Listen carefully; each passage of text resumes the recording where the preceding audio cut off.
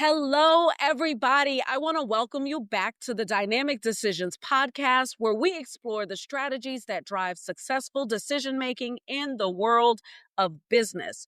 Why? Because the best decisions come from great conversations.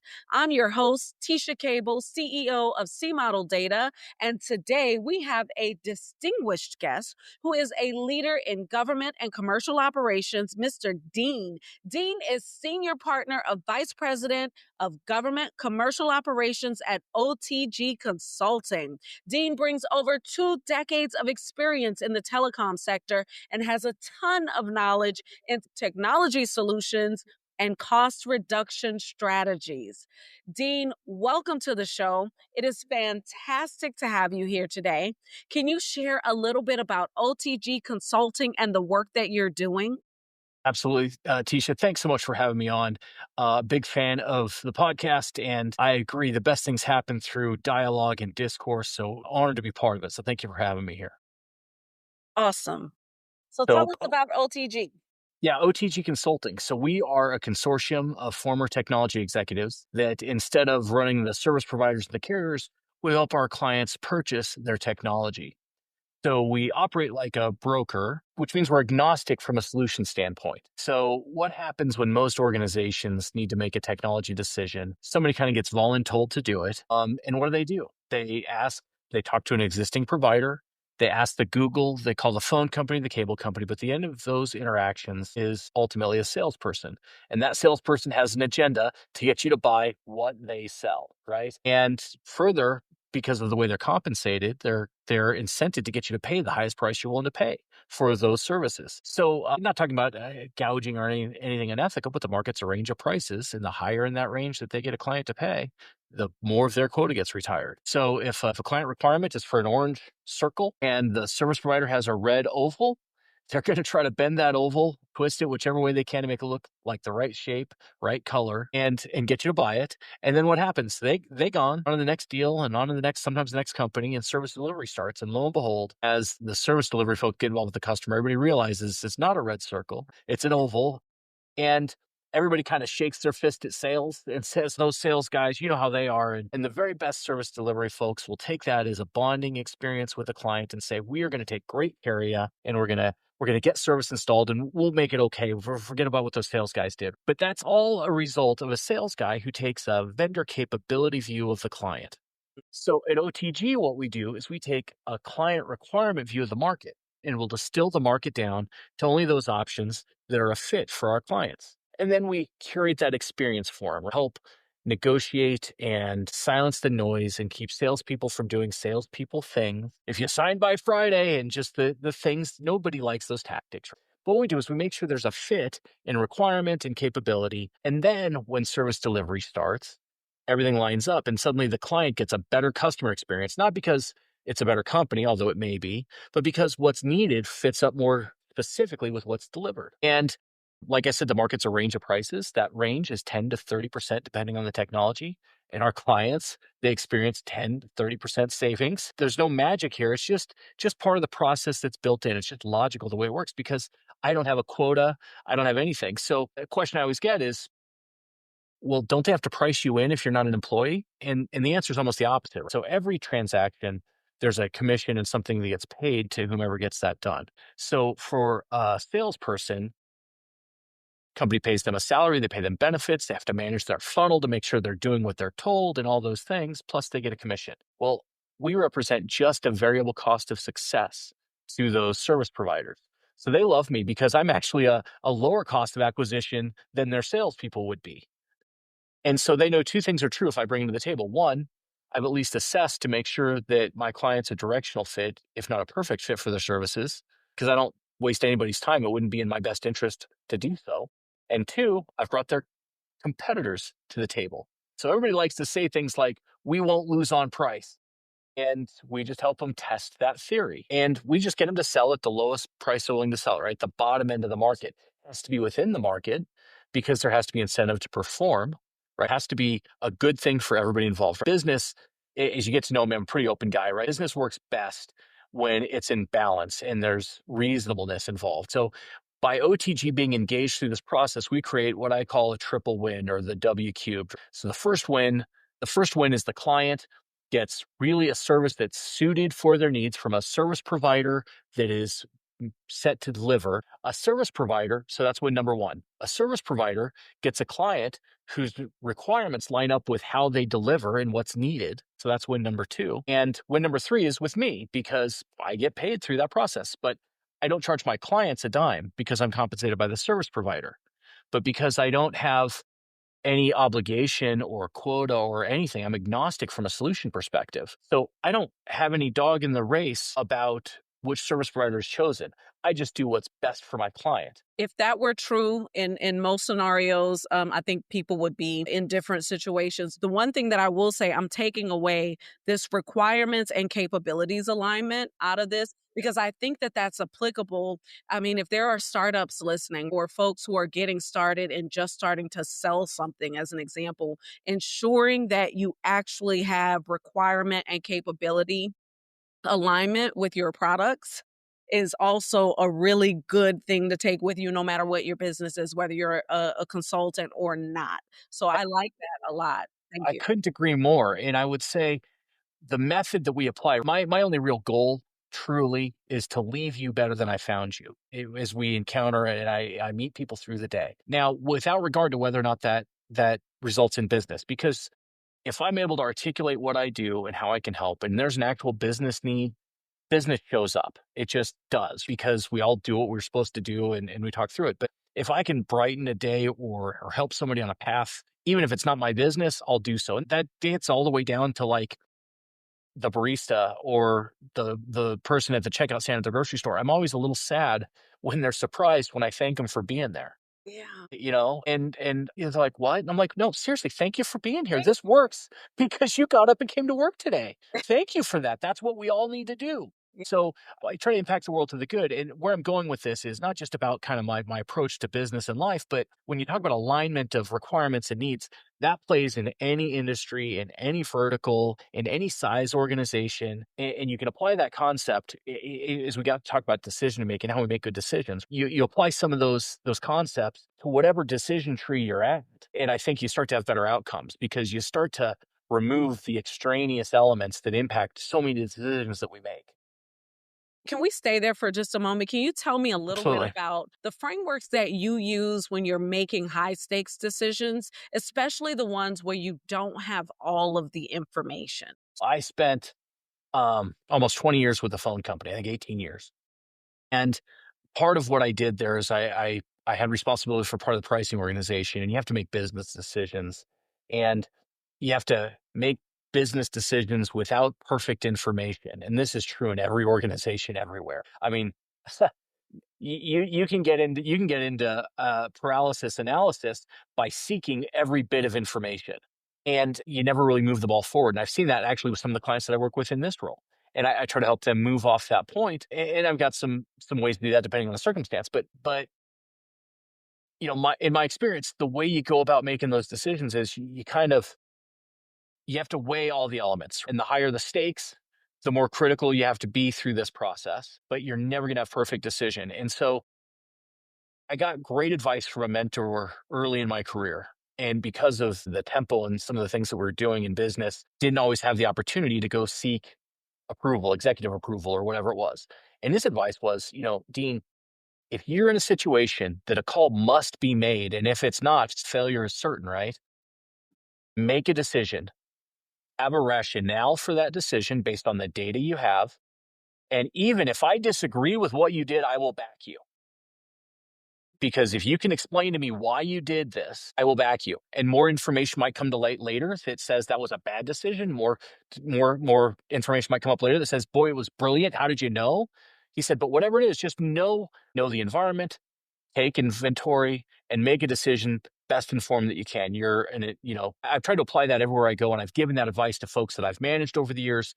And also to my son, he's navigating his teenage years, that, part of the job is just being prepared to make these choices. And so we can talk more about that. I don't know, if there's a scenario or anything like that, but it really is truly about, sometimes you just got to put a line in the sand and say, we're not going to know more than we know right now.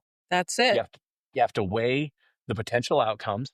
You have to weigh the potential benefits, and you have to weigh the opportunity to recover from whatever that decision is, whether it was good or bad, the ability to impact a change. There aren't a lot of permanent decisions that are made. Right. That's right. And so the important thing to do on any journey is get started, and then you can course correct. I love the analogy of an airplane that takes off in San Francisco headed to New York. Well, there's some statistic somewhere that the pilot's going to course correct some 1,000 times, depending on the wind, to make sure they reach the destination. So it's no different in business. It's no different in any other aspect, right? But you got to get moving and then adjust as needed as you get more data, as you get more knowledge, as circumstances change. That's kind of the approach. I 100% agree with you, which is why like we believe firmly in documenting your assumptions. That's a sufficient amount of why. It also enables you to be really transparent with others about why you're thinking about doing the things you're doing. I mean, none of us actually can see into the future. So you really don't know what's going to happen when you set out to do anything. But the best you can do is be prepared, right? And that preparation is why. I completely agree. And I will add to it, people are fundamentally motivated by two things: fear and faith or love. And I just refuse to let fear be a motivator. You hear salespeople talk about fear, uncertainty, and doubt, and you got to create FUD to get your clients to what I, it's garbage, in my opinion. It's Look, very antiquated. say more. Tell me more about the I'm, go. I'm passionate about that Yes, because it's not fear and uncertainty that should get somebody to make a decision. It's knowledge. And love's a funny thing to talk about in business but you're sometimes. free to talk about it here, by the way. But but love manifests itself in many ways in business. And it's through education, through knowledge, through insight, through discourse and conversation, taking away the fear and creating greater knowledge or greater certainty around the decisions that need to be made. I just, it's the same way that I'm for this concept of work-life balance. We talk about that if you're interested, but I just think that's also an antiquated way of looking at the world because it presupposes tension. And I believe things work best when they're in alignment. And I used to manage my team this way because I believe that happy employees are better at home and happier at home and better parents, right? And then people that are happy at home are better and more productive at work. And so those things feed each other, right? There's no reason that your career ought to be a trade-off for your life. They all should be congruent. And that's something I didn't really understand possible until I started my consulting journey some 8 years ago.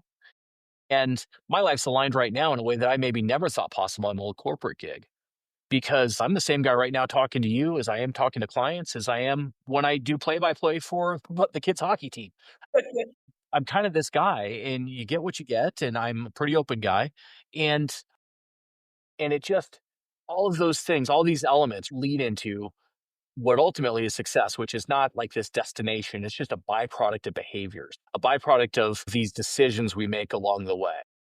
You know, that's what, Dean, what I really, really appreciate about that is I've often thought about how do we take people and turn them into outcome focused visionaries? Because if we're that, then we'll think about time in different ways. If I focused on, am I delivering value through an outcome, then I'm not so concerned with how time is spent in as much. And when I do that, I can change the things that people do. So if it's not about butts and seats at an office, for example, then work starts to turn into something completely different, right? Maybe what work is not just going to an office to go to work, but once outcomes are achieved, then work can be maybe taking care of the needy or helping people to accomplish things, maybe even within an office environment, helping other people to upskill, right? Because maybe that's a gift of yours. So I like a lot of what you just said because it made me think about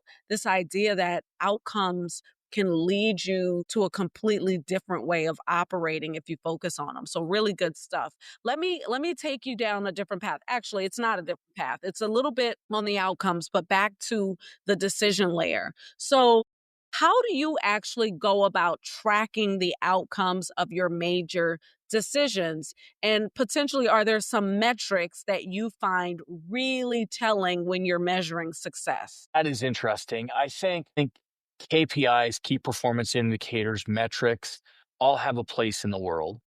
Certainly in business, I think you have to measure activity to measure success and make sure you're getting the desired outcomes. So I'm right on that page, but it's kind of the micro decision level. I would say I've come to appreciate much more of a gut feel through the process with the data that's there. It's not just fly by wish. I don't mean that at all. But I think our intuition, and call it a gut feel or whatever it is, I think our intuition as humans is very powerful. And I think it is often in our life and in your life and anybody listening. Have you been on a path that seemed like it was the right decision, something you should do, but something was just nagging at you about it, but you couldn't really put your finger on it, so you want to head on with that decision? And then in hindsight, it ended up being not the right decision. I know I've had those experiences in my life. I think most people have. And so what I've learned is to pay attention to what my heart says through these decisions and let that also be a guide, not the only guide, but also a guide. And trust it, because I believe it's a powerful, and I don't know a good way to quantify it. So it's not any metric that you mentioned. How do I make decisions? But that's certainly an element of it. Now, as it relates to metrics and how we make decisions and how we view and measure, I think it's very topic centric or activity centric. So you can measure those outcomes depending on the field of play you're in, right? In my business, it's by clients that I've helped. One of the metrics has nothing to do with dollars. It has to do with count of clients. Another metric that I track has to do with dollars because they're important. I don't say money's not important. It's very important, but it's the relationship that we have with it that makes maybe all the difference. So I'm not sure if that's what you're getting at, but those are the ways that I think about how to track some of the decisions I make, how to track some of the decisions that I help clients make, things of that nature. So maybe if that helps, great. If not, ask me more and we can talk through it. Yeah, no. Okay. So, first of all, there's never any like right or wrong. And I'm not getting at anything in particular. I like to ask these questions and ask similar questions to different people because everyone will find somebody whose information and ideas they identify with. And the idea is, as human beings, like no one gets to say that the way that we think is wrong, right? We do get to say it's different. We all have different approaches. And so I appreciate that. The one concept that I pull out of this, though, that I think is very useful for the listeners is this idea of relevance of information. So, not every metric is relevant to measuring every outcome or situation. So, causal connections is just one way to sort of connect things like the cause and effect. If I do this, then this will happen. That's one way to make a connection between whether or not a metric is relevant to the outcome that you're trying to achieve, but it's a situation by situation thing. So I really appreciate you saying your own independent view. And the other thing is gut feel is there's a place for gut feel in the things we do. A lot of times our expertise and our experiences are found in our gut. Like I sat in a room and I saw this 50 times. So I know when I see it at time 51, I know exactly what's going to happen. So it's okay that that's our real life, that that's really what happens. So let me keep moving here though and talk a little bit about how do you within your team foster innovation? What kinds of decisions do you see yourself making that really help your team to continue to innovate in your space? I think it's about that freedom to fail. You call it in coaching. It's recognizing that if you don't try something, you won't accomplish something. I'm a huge fan of TR. Teddy Roosevelt spoke to me early in my life, in my teenage years. And if you're familiar at all with any of Roosevelt's concepts or thoughts or writings, the man in the arena is something that is near and dear to me. And it revolves around the concept that it's truly not the critic who counts, not the person who points out how the strong man stumbles or the doer of deeds might have done him greater. Got so many nuggets right here. These are good. Yep. These are good. And Go ahead. if I continue, and I won't give you the whole quote, but the short version is, unless you're in the arena, unless you're actually trying, and whether you come short or you triumph, there is no growth. So you can never know the victory and the magnificence of success without having felt those valleys of failure and challenge and adversity. And so I've decided early in my life that I would never be counted with those cold, timid souls, as TR calls them, who know neither victory nor defeat. So at least if I fail, it's going to be while I dare greatly in pursuit of something great in my life, in business, with my family, those things. Okay, so audience, you heard it here. If you don't try something, you won't achieve something. And it's not the critics who count. This is valuable, valuable information here. When you give this information to your team, give me an example of a few things that you may have seen that have come out of. I think first problem solving becomes much more creative. Now, the team environment that we have at OTG is, like I mentioned, we're a consortium. I'm part of the lead team there, but there's not really a manager employee circumstance there. We really are peers that support each other and we're a resource to each other, a bit of a mastermind, if you're familiar with that concept, versus in my corporate life when I had a team that I did manage and I did lead. And I do some mentoring along the way over the years. And what I'll talk about there is when I say decision making becomes more creative, it's because all of those concepts that I started with about making decisions with imperfect data, Yeah. right? Not being afraid to fail, right? Knowing that your leadership or your coach or your manager has your back if you make a sound, logical decision that can be defended. All of those things suddenly open up pathways that I would have never found on my own. That is just I'm not all knowing. Nobody is, right? And so, but by opening up the avenue for somebody to say, well, did you think of it this way? Did we look at it that way? I just thought about this. I read something in a journal or, whatever it is, right? Maybe we should try that. I've challenged myself to be more broad thinking than I have been ever before. And that's an ongoing challenge daily, right? Better than yesterday. And so what how that shows up in business is you have folks that are in the thick of the details or in a circumstance that needs assistance that they know that there's, if they get an outcome that's not perfect, that's okay. It's not going to be the end of the world. What's the old parable about the new guy on the job makes a decision, in the wrong direction for his company and it ended up costing the company $1 million. My father likes to talk about this. I quote him more often than I ever thought I would. Dear God, but he's wonderful. And he'll say, and so the guy goes to the leader and says, God, are you going to fire me? And he's like, fire you? I just spent $1 million training you. Now you know better. We're going to do better going forward. Oh, know And better, do so, better. Yeah. right. And so, yeah, I mean, and you've heard that before. It's not a Yeah. Dean original. Jeffrey Pearl, you started OTG with Brian. He'll tell you his quote is right. There's nothing new under the sun. And that's very true. There's Yes. different packaging of these concepts. Yes. And that packaging, as you mentioned a few minutes ago, will resonate differently with different people. So what Yes. I hear from one person, that same message may be worded differently from somebody else that just hits them and resonates. But what you look at Napoleon Hill and Harv Eckert and some of the folks that have had some of these concepts on success and they're very, very congruent because I think there are key elements that are there. And so it is about packaging and it is about how you say something will resonate with something way better than a way that I did. And that's okay. That's actually good because that diversity in communication and diversity in thought is what yields all these better outcomes over time. Absolutely. Can you tell me what's hard about these processes? What's hard about the decision-making processes that you talk about right now?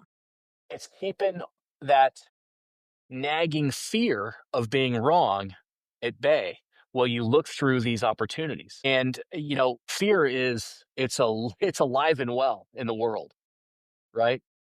And there's people that thrive in creating fear. And so what is hard for me is, and I don't know if everybody identifies it as fear, but I believe that's kind of what I've I identified, call it right? how I see it. I call it fear. Yeah. Yeah, Yeah. right. But it's saying, okay, fear is just a barrier to whatever outcome we need, right? And so it's just reminding that fear isn't maybe my natural state or yours. It's something that we gather through fear of loss, fear of whatever it is, fear of doing something wrong, fear of doing something that'll hurt somebody, fear of doing something that'll hurt the company. But that fear is maybe the hardest thing to overcome through the decision process. And, with my team, certainly in the corporate space and with clients that I work with now, at some point you actually believe me when I say my desired outcome is your best outcome. And it takes some proof over time for people to get comfortable with that. But success is not a limited resource. And my success isn't predicated on somebody else's failure, nor is yours. This is good. We're going to walk away from the mindset of lack. We're not going to do it. So this is No. good. Keep going. Give us a little bit Yeah. more. Stay there for a moment.